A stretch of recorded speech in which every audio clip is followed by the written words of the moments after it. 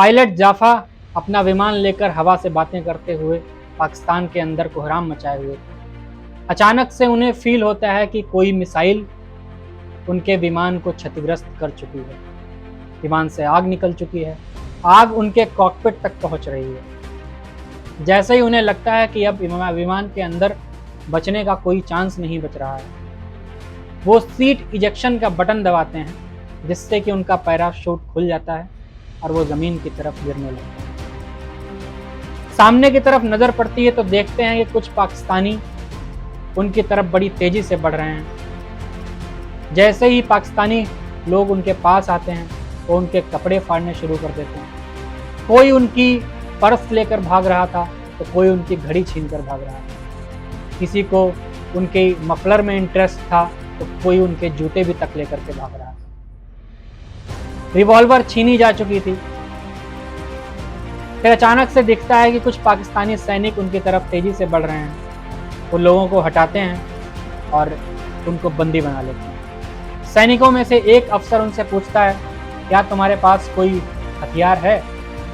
Pilot जाफा कहते हैं कि मेरे पास एक रिवॉल्वर थी जो कि शायद लूटी जा चुकी है। उसके बाद वो वहाँ की लोकल लैंग्वेज पश्तो में कोई आदेश देते हैं और दो सैनिक पायलट जाफा को बांध करके एक कैंप के अंदर डाल देते हैं। नमस्कार, मैं हूं पीयूष और आप देख रहे हैं कहानीकार। इसके बाद कुछ दिन तक उन्हें उस कैंप के अंदर रखा जाता है। फिर उन्हें एक दिन निकाला जाता है और पास के ही एक कमरे के अंदर डाल दिया जाता है। उस कमरे के अंदर पहले से कुछ लोग बंद थे। जैसे ही वो लोग एक दूसरे को पहचान जाते हैं तो गले लगना शुरू कर देते हैं। वो थे दूसरे भारतीय सैनिक जो कि युद्ध के अंतर्गत पकड़े गए थे और कैदी बना करके रखे गए। उन्हीं में से दो लोग और थे जिनका इस कहानी में जिक्र होना है, पायलट दिलीप पारोलकर और हरीश सिंह जी। पायलट दिलीप पारोलकर के बारे में कहा जाता है कि 1971 में एक दिन उन्होंने अपने साथियों से कहा था कि अगर मैं युद्ध के अंतर्गत, युद्ध के दौरान दुश्मन देश के अंदर पकड़ा जाता हूँ तो मैं वहाँ बैठकर सरकार के कुछ करने का इंतज़ार नहीं करूँगा और वहाँ की जेल को तोड़कर वहाँ से भागने की कोशिश करूँगा। और इसके तहत वो जेल से भागने का एक प्लान तैयार करते हैं। जब वो इस प्लान का जिक्र अपने साथियों से करते हैं तो कोई तैयार नहीं होता सिवाय मनिंदर ग्रेवाल और हरीश सिंह जी के। ये दो लोग थे जो इस प्लान पे अमल करने के लिए तैयार हैं। प्लान बनाया जाता है। एक स्क्रू ड्राइवर लगेगा दीवार में छेद करने के लिए। दीवार काफ़ी मोटी थी, इसको छेद करने में काफ़ी समय भी लगना। तय ये हुआ कि दीवार में छेद करेंगे जो कि सीधे खुलती है पाकिस्तानी वायुसेना के दफ्तर के अहाते में।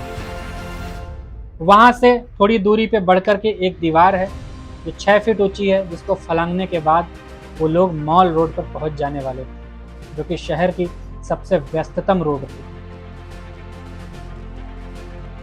एक स्क्रू ड्राइवर जैसी चीज का इंतजाम किया जाता है और कहते हैं कि कुछ सुइयों और चुंबक के इस्तेमाल के द्वारा बनाया गया था एक कंपास, जो कि भागने के वक्त दिशा निर्देश में उनकी मदद करेगा। अब शुरू होता है दीवार को भेदने का सिलसिला। रोज का ये प्रोग्राम था।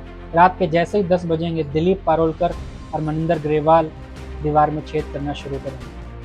इस वक्त बत्तियां बुझा दी जाएंगी और ट्रांजिस्टर की आवाज़ तेज कर दी जाएगी। रोज यही सिलसिला चलता रहता है। आखिरकार वो दिन आ जाता है जिस दिन का सबको बेसब्री से इंतजार। तारीख आती है 14 अगस्त सन 1971। ये वही दिन था जिस दिन पाकिस्तान अपना स्वतंत्रता दिवस मना रहा था और सारे गार्ड पूरे मन से ड्यूटी करने के मूड में नहीं थे। रिलैक्स फील कर रहे थे, छुट्टी का दिन फील कर रहे थे। दीवार की आखिरी परत बची थी जो कि लगभग खुल चुकी थी। दीवार में एक छेद हो चुका था जिससे बारी बारी से तीनों लोग बाहर की तरफ निकलते हैं। जैसे ही बाहर की तरफ जाते हैं तो शीशों के उस पार देखते हैं काफ़ी तेज बारिश हो रही है और आंधी भी चल रही है। दफ्तर के बाहर निकलते हैं तो आंधी के थपेड़े उनके मुंह पर वार करने लगते हैं। तीनों लोग मुंह को पीछे की तरफ घुमाते हैं और नजर पड़ती है एक पहरेदार पर। वो पहरेदार अपने सर पे कंबल डाले हुए था धूल से बचने के लिए। तीनों लोग वहीं किसी चीज के पीछे छिप जाते हैं और पहरेदार के दाएं बाएं होने का इंतजार करते हैं। अचानक से बारिश काफी तेज हो जाती है। पहरेदार अपनी चारपाई उठाता है, वो कंबल सर से हटाता है और वायुसेना के दफ्तर के बरामदे की तरफ दौड़ लगा देता है। बस फिर क्या था, जिस वक्त का उन्हें इंतजार था वो वक्त आ चुका था। अब तीनों लोग जैसे ही वो पहरेदार वहां से हटता है, बाहर गेट की तरफ भागते हैं। गेट बंद होता है तो दीवार के ऊपर चढ़ते हैं बारी बारी से, एक एक के कंधे पर, और दीवार को फलांग के मॉल रोड पर उनके कदम पड़ जाते हैं। बाहर देखते हैं कि लोगों की भीड़ अचानक से इधर उधर जा रही थी। शायद ये वो वक्त था जब कोई पिक्चर का शो छूटा हुआ था। थोड़ी दूरी पे बस स्टैंड था। भीगते भीगते वो लोग बस स्टैंड पहुंचे। बस स्टैंड पे उन्होंने पेशावर जाने की बस पता की।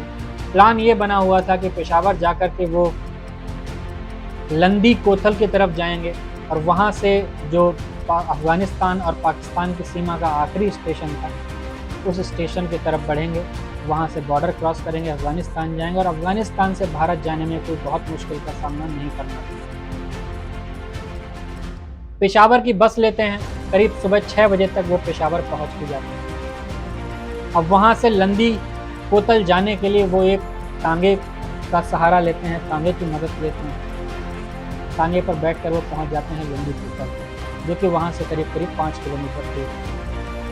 लंदी कोतल पहुँचकर वो एक चाय की दुकान पर बैठकर चाय की चुस्कियाँ ले रहे थे और सोच रहे थे कि शायद हम आज़ाद हो गए। पर होनी को कौन टाल सकता था।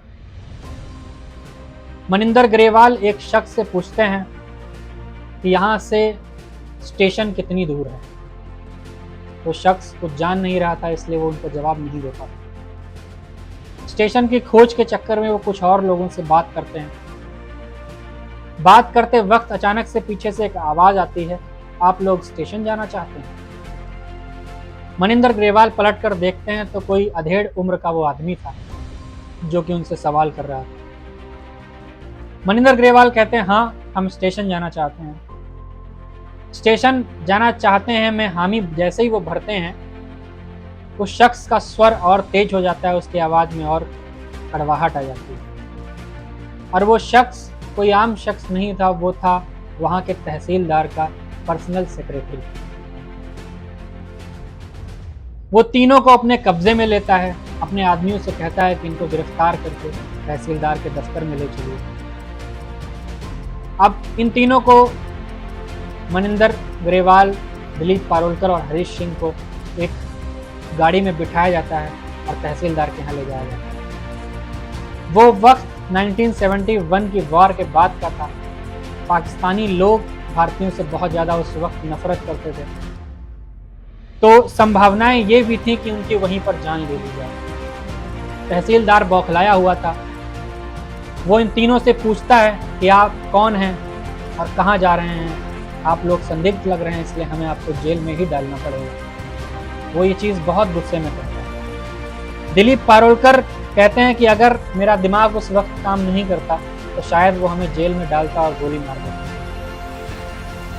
दिलीप पारोलकर कहते हैं कि मैंने तुरंत उनसे जिक्र किया हनीफ उस्मानी से बात करने का। स्क्वाड्रन लीडर हनीफ उस्मानी पाकिस्तानी रावलपिंडी जेल के इंचार्ज थे, जहां ये तीनों लोग कैद थे, और कहते हैं कि पूरे पाकिस्तानी महकमे में सिर्फ हनीफ उस्मानी ही थे जिनके अंदर युद्ध बंदियों के लिए थोड़ी सी नरमी थी। रिसीवर से आवाज आती है हेलो की। दिलीप पारोलकर कहते हैं कि आपको पता तो चल ही गया होगा, हम लोग जेल तोड़कर भागे हैं और फला फला जगह पे हैं, क्या आपके आदमी आप आ सकते हैं?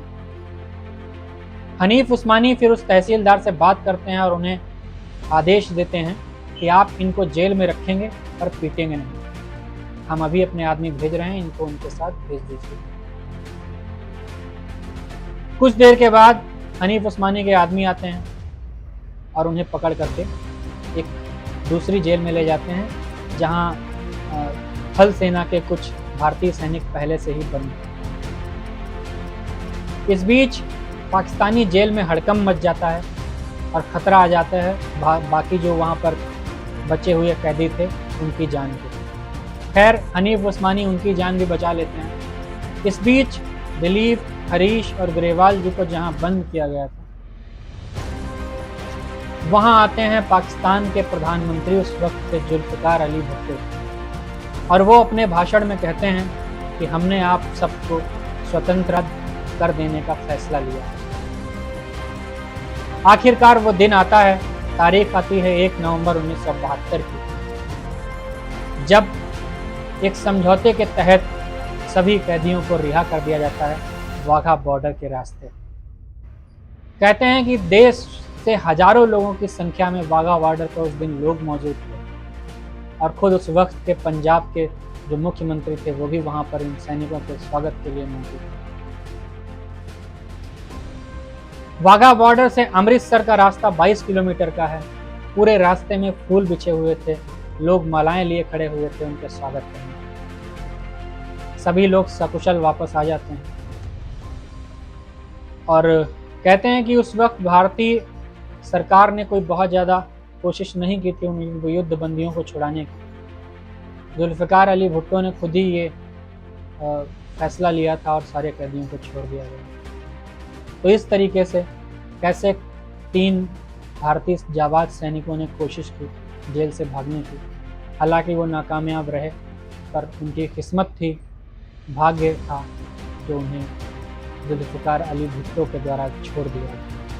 तो ये थी हमारी आज की कहानी। आपको कैसी लगी कमेंट में हमें बताइएगा। अगर कहानी को लेकर के आपके कोई सुझाव हैं तो वो आमंत्रित हैं।